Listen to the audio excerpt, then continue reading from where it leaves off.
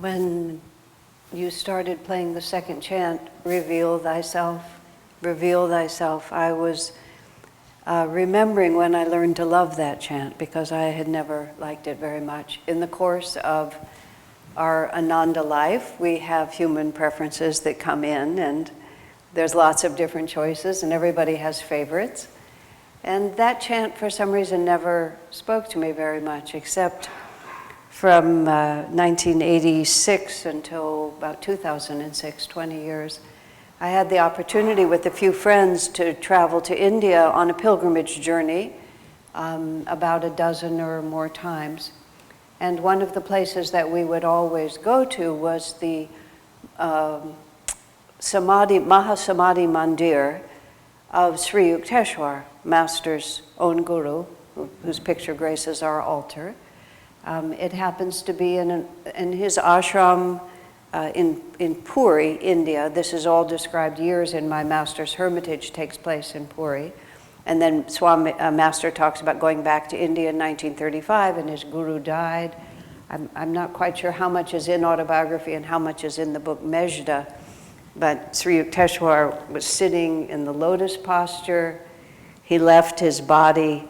There's a photograph of Master sitting next to Sri Yukteswar, except Sri Yukteswar has his head up like this and his mouth slightly open, and you realize it's his empty body. It's still his body, but Sri Yukteswar isn't in it anymore.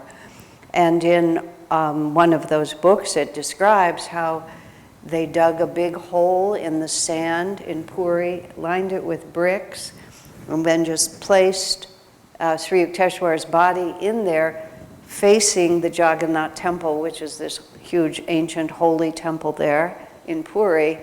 And then they put a platform over it and then built just a very small little chapel. I know those of you who've been there, you're all going like this. You all know exactly what I'm talking about. And that place is one of my, when I make a list of when I get to go back to India someday, that's where I want to sit. So I'm sitting in that place, meditating with our group. It's a very small chapel. It's half or a quarter the size of this dais. It's very little, with a nice porch around it. And I love to meditate there. It's just fabulous. So I'm sitting there meditating there, having what has always been for me a really wonderful experience. And then it's time for our group to move on. And as it happened, Michael Gornick, whom many of you know, he is the founder of the Pole Star community that was in Hawaii until the volcano ate it. And now he's making a community in Colorado, but he's a wonderful musician. And he was in our group and he had the harmonium. And all of a sudden he starts playing this chant. The human mind being what it is, there I am, the whole thing is just fantastic. And the first thing I think of is, oh no, not that chant. Just like, and it was just an appalling moment, but nonetheless, there it was. But then I surrendered to it and discovered that I loved it. And the reasons I didn't like it, God knows only, really. I hardly know myself. There was only 2 words, and 2 words are usually not nearly enough for me. There have to be a whole lot of other words. There have to be all this intellectual content. I have to be able to admire. There it goes. But Michael loved that chant, and he took that moment, and he thought it was the best place. It was the best possible thing to do, and of course he was totally right, because it took the spiritual path, and just with those 2 words, the only thing that might be simpler is joy, joy, joy, joy. He just took it down to those 2 words, and he described the whole story. The whole story is thyself, which means king with a capital K, as our Bible puts it, Bible reading puts it today, or however you want to say it. And we're talking to him, her, it, whatever you want to say. You're speaking directly to the living presence that is always there, but for some weird reason is hidden from us. And we're saying, reveal thyself. And it's a relationship. It's a relationship in which that grace could come to you. When I was responsible decades ago for teaching the first meditation classes, which I had for a long time, I had a little program about the most important things that I really wanted people to hear about what is meditation. We're talking 35 years ago, so it was a different world in those days. Well, familiarity doesn't make people actually wiser. It just means there's more information just sort of rolling around. In some ways, it was easier when there was less information rolling around. But I wanted to explain to people, this is a relationship. We have this word self-realization. We have this idea that we are capable, especially Master's marvelous dispensation of restoring to us the practice of Kriya Yoga, which is, of course, finally an initiation in which you learn a specific technique. But everything that Master brought, that Swami elucidated, it's all the path of Kriya Yoga. And the word Kriya means action. Master had the whole of the Sanskrit language, or any language he wanted. He could have created words to say what he was teaching. And he chose that it was going to be called Kriya Yoga, or perhaps Lahiri Mahashaya and Babaji did that ahead of him, but somebody who knew what they were doing. The word is action. And that's why we have to say, we don't, but we should say, the Kriya Yoga of Lahiri Mahashaya that he received from Babaji, or we can say of Yogananda, because it's just an action. It's an action related to uplifting our consciousness. And the reason he wanted it to be that is, well, I'm going to say, because it's active. Because it's a decision that we ourselves make about how we're going to live in this world. And that's why when we say Kriya Yoga, we're not just talking about what you will learn after a year of practice and proper preparation, not for any reason to keep it from anyone, but only so that when you receive it, you'll know what to do with it. You know, if you're given something that's too complicated, you don't know what to do with it. You can't handle it. You can't make it work. So you spend a little time sort of learning so that when it comes into your hands, you'll know what to do with it. But from the beginning, we are practicing Kriya, because we are taking a specific action that's going to influence our consciousness, that's going to change our lives.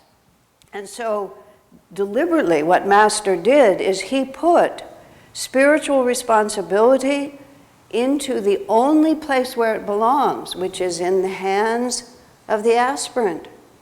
It can't be given to you by a priest, it can't be given to you by a ritual, it can't be given to you by going to a place or becoming a member or donating lots of money, anything, none of that. And Master came to reform that reality. My dear friend Sanjay Arora in India, who was our tour guide for all those 20 years that we go over there doing those pilgrimages, and remains a friend, when he bought an apartment. I mean, this is like, I'm talking in the late 80s, when India was a little different, and we were certainly different in not knowing anything.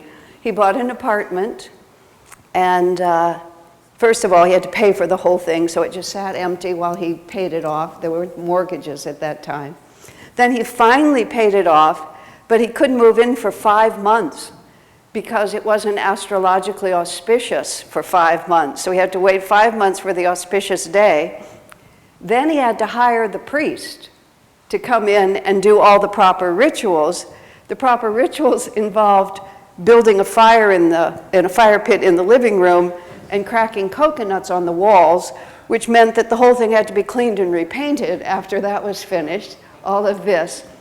But in the context of that, he said, Hinduism is the only religion in the world where you pay someone else to practice it for you.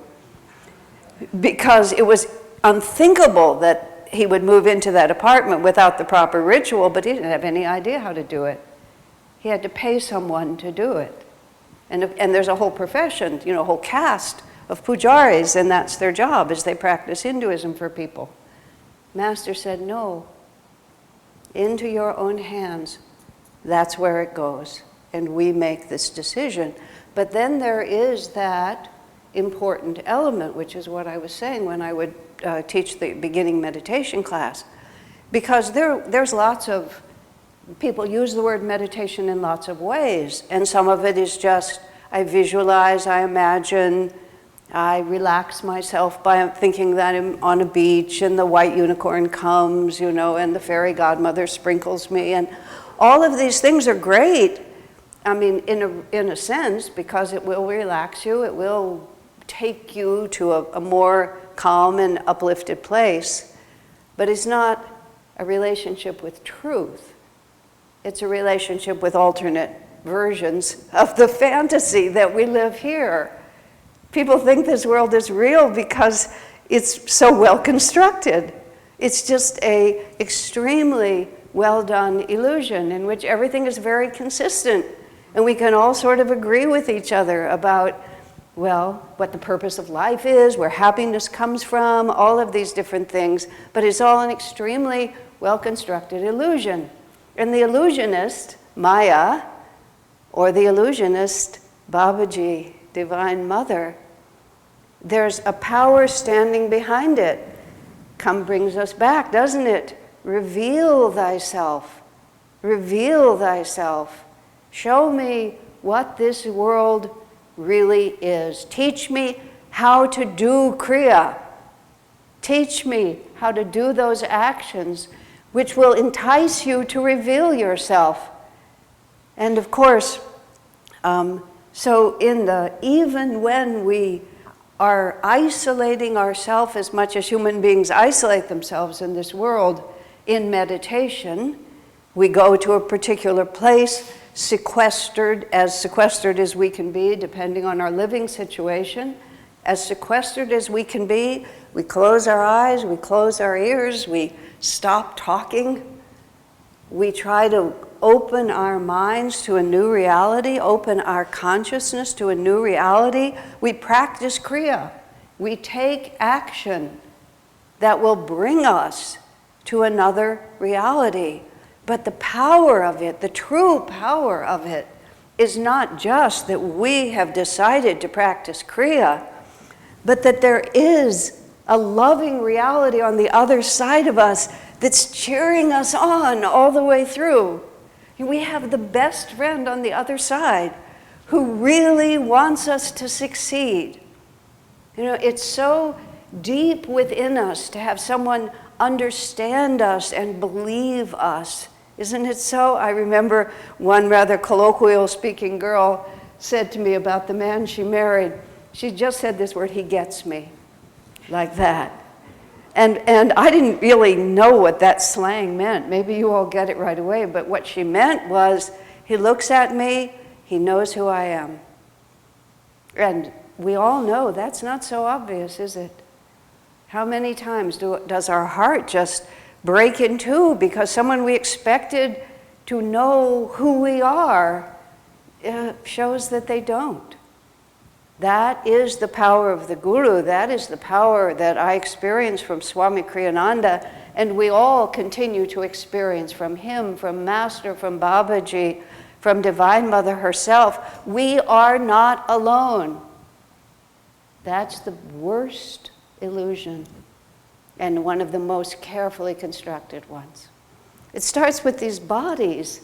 You know, even if you love someone, you can squish up against them with every power that you have, but you will never merge. You will always come apart if this is what you're thinking of. And so this body always walks away alone.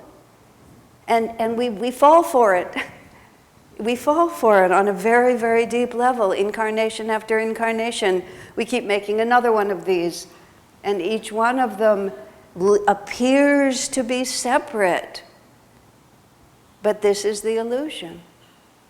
And we begin to take those actions which will dissolve the illusion, and our coach on the other side, the loving power of the divine, is guiding us like this. And then we begin to realize, oh, this is kind of a love relationship, isn't it? And it involves this freedom, this closeness. Reveal thyself, reveal thyself. And many of Master's wonderful prayers, they're very cheeky, you know? Divine Mother, I want you. I'm not going to be satisfied with playthings anymore. You've been tossing toys into the playpen, but I'm not going to be distracted anymore. I'm going to begin to scream, and I'm going to not stop screaming until you come. I'm going to wake up all your other children, and they will begin to wail too, and we will all be screaming here until you reveal it thyself, until you show us that something completely other is happening. Now, far more elegantly, in one of the most beautiful passages in the Bible, the King with the capital K, God says, you fed me. I was naked and you clothed me. I hungered and you fed me. I was lonely and imprisoned.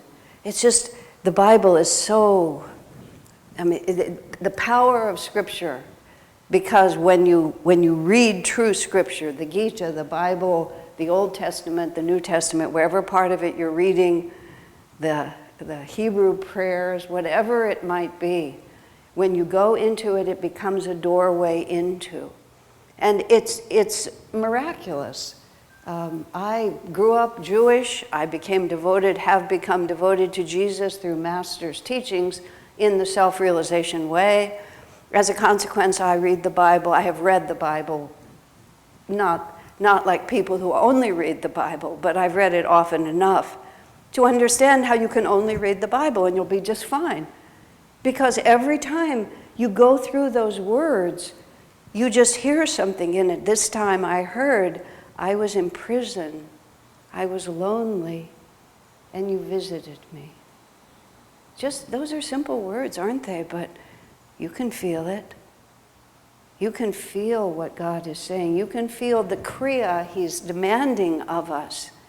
And what we're trying to do here, you see, is we're trying to see what's really going on. This is what the Masters see. I was thinking today, just when I was sitting here, Swamiji used to often say, and especially as his body aged, or it came up more often then, he would say, I really don't feel any age at all, is what he would say.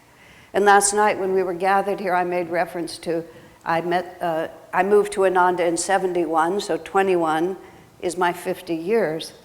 And it's just like, I say that number, 50 years, and I commented last night, when you're 20, 50 seems like a big number. When you're 70, 50 seems like a small number. And it's a very interesting shift in your mind, but there's a wholly different shift where we want to go, which is what I was feeling Swami would say. He would just say, I just don't feel any age at all. Because where does age come from? We're eternal. We are as old as God. We are one with the infinite. We are literally infinite. So how can you be 12 or 21 or 97 or any of those things? This is just what we hang around in. This is the illusion. Reveal thyself. Reveal who I really am. It's not just show me this world outside of me. Show me me. And that's so hard for us. And the Masters laugh at us because it's so easy for them. Swami Kriyananda said marvelously, I never identify with Swami Kriyananda, which I think he's speaking his own name, but he speaks of Swami Kriyananda. I never identify with Swami Kriyananda. He is an event for which I am responsible. Now just meditate on that thought of yourself is just an event for which you are responsible. It's a giant dinner party which lasts a really long time. However we want to call it, that's all that I'm doing. And every time I respond to this world as if it was a relationship with God. It is a relationship with God. When you came, when you did it to the least of them, you were doing it for me.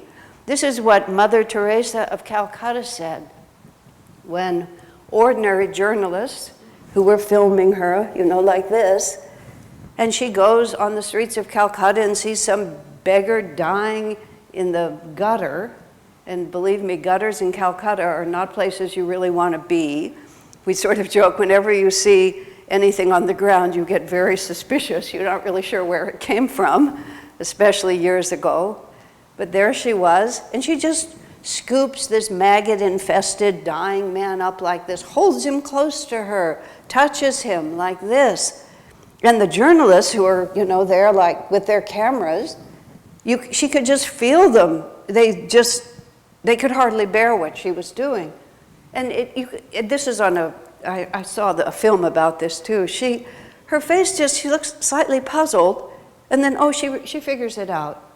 And she says, "Oh, you see a maggot-infested beggar." She said, and she looks like this, "I see the face of Christ." If you were walking down the street and saw someone you loved, just anyone you loved, what to speak of God or Guru, just lying there, would you hesitate? You would rush to pick it up and help. Because to Mother Teresa, Jesus had revealed himself. And that's what we're here for. Just for that, just to break through, just to see it completely differently. Recently I read in a book a definition of bhakti. Bhakti is the word we speak of when we're talking about how to love God. Bhakti is loving God. And we think of bhakti as, I'm a bhakti, I like to dance to the divine, I like to chant. All these, we think of it all in those ways. It's all those things that we do. Bhakti is transforming material energy into spiritual energy by the power of divine love. That's what we're doing. George Washington Carver, who was the black man who incarnated just at the end of the Civil War, and he was a great saint. He was known mostly as a scientist, but he was a saint. And he went through his divine destiny was to help the black people who had been enslaved to understand how to live free, because they didn't know. They'd been generations of enslavement. They had to learn to live free. So he had to teach them very practical things and figure out how they could support themselves. And he's especially known because he came up with hundreds of uses for the peanut, because in the southern farms, peanuts grew very easily, but they were always used as cattle food. And he saw them as this great divine benefit. And there's a wonderful little sequence about George Washington Carver. He got up every morning at 4 a.m. and wandered in the woods and talked to God. And he was in the woods, and he was walking through the woods, and he was looking at the forest, and he was talking to God, and he said, "God, why did you make creation?" And God said, "George, that's a mighty big question for a little man like you." Okay. So then George said, "Well, God, then why did you make me?" And God said, better, George, but that's still a mighty big question for someone like you." So then George said, "Why did you make the peanut?" And God said, "Now there's a question we can work on together." So he did. But George Washington Carver said, "If you love anything enough, it will speak to you." And that's how he knew. He loved the peanut enough that the peanut told him, I can be paint, I can be oil, I can be food for people, I can be medicine, I can be hair tonic, I can be shampoo. I mean, it's like hundreds of things he made out of peanuts and transformed the whole economy. But he didn't do it as a scientist. He did it as someone who loved God. He was a bhakti. He transformed material energy into spiritual energy. And spiritual energy then could manifest in all these different forms. It looked like a peanut, but he knew that it wasn't. It was God himself. And it could be anything. And he transformed it with his love. It's so simple, isn't it? We don't have to know Sanskrit words. We don't have to understand any big story. We don't have to be philosophical. Swamiji was giving I was listening to a talk that Swami gave, probably in the 70s. Yes, of course it was in the 70s. And this wonderful devotee, Haridas, who's Naya Swami now, and he lives in Bangalore with his wife, Roma. Haridas came to Ananda when he was 18. And even in high school, he was very devoted to Master. And he was and is a great soul. At 18, he was a great soul at 18. He was an 18-year-old great soul. And he went with Swamiji on this trip to Los Angeles. Swami said in that talk that Haridas had only been with Ananda for a few months. I think it was a little longer. Sometimes Swami will say things like, recently, and it was like 12 years ago, which is not most people's idea of recent, but his sense of time was very different. So Haridas went to a television station, because Swami was doing public programs. Haridas went to the station and tried to persuade them to have Swami come on and be a guest so that we could advertise the programs. And whoever he talked to was very well impressed with Haridas and said, maybe this other guy is interesting, but I don't know him and I know you. I want you to be on my program. So Haridas kind of comes back to Swami and said, it didn't actually work out the way I tried to make it work out. They want me to be on the station. And Swami frankly says, that he was a little horrified because he saw Haridas's potential, but it hadn't fully been manifested yet. But he thought, why not? So Haridas went on the program and talked to him. And Swami said he was magnificent. He said his answers were philosophically questionable, but every one of them was completely sincere. And he was wearing, as many of us wear, these gold, silver, and copper bangles. And he must have had it on his wrist or maybe a short sleeve shirt, because the announcer said, what is that? Why are you wearing it? Haridas said, I don't rightly know. He said it has something to do with astrology. He might have, or maybe he didn't even say that much. He said, but my guru recommended that I wear it, and every time I look at it, it reminds me of what I'm doing with my life. Reveal thyself. Everything will speak to you if we love it enough. But now here we are, it's Christmas. It's the time of the year when the veil gets thinner. That's why we're all so happy, because the veil is thinner. But the degree to which we practice Kriya, which is the degree that which we take actions that will inspire our lover to come to us. We work so hard to attract each other, don't we? We work so hard to make love manifest in our lives. Just put that energy into the real Kriya, which is reveal thyself, to practice bhakti yoga, to transform all material energy into spiritual energy by the power of divine love. The curé d'art, the French saint, Jean Vianney, whose life was extraordinary, beautiful soul, he would say often, if you knew how much God loves you, you would die for joy. Now realize that is not a love that comes and goes. That is not, after I get it together and I'm perfect in this way, and after I sort this out and resolve a few things, then. No.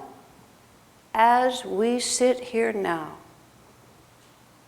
each one of us, and every aspect of creation and every human in the world, on this side of the veil, in this life, in the astral world, we are totally, unconditionally, infinitely loved. What else are we looking for? And all that's required, and we have to say it with a lot of force, reveal thyself, Mother. Do not throw any more of those stupid little toys into my playpen. I've had it with substitutes, and I'm going to wail and wake all my brothers and sisters. You must come to me. God bless you.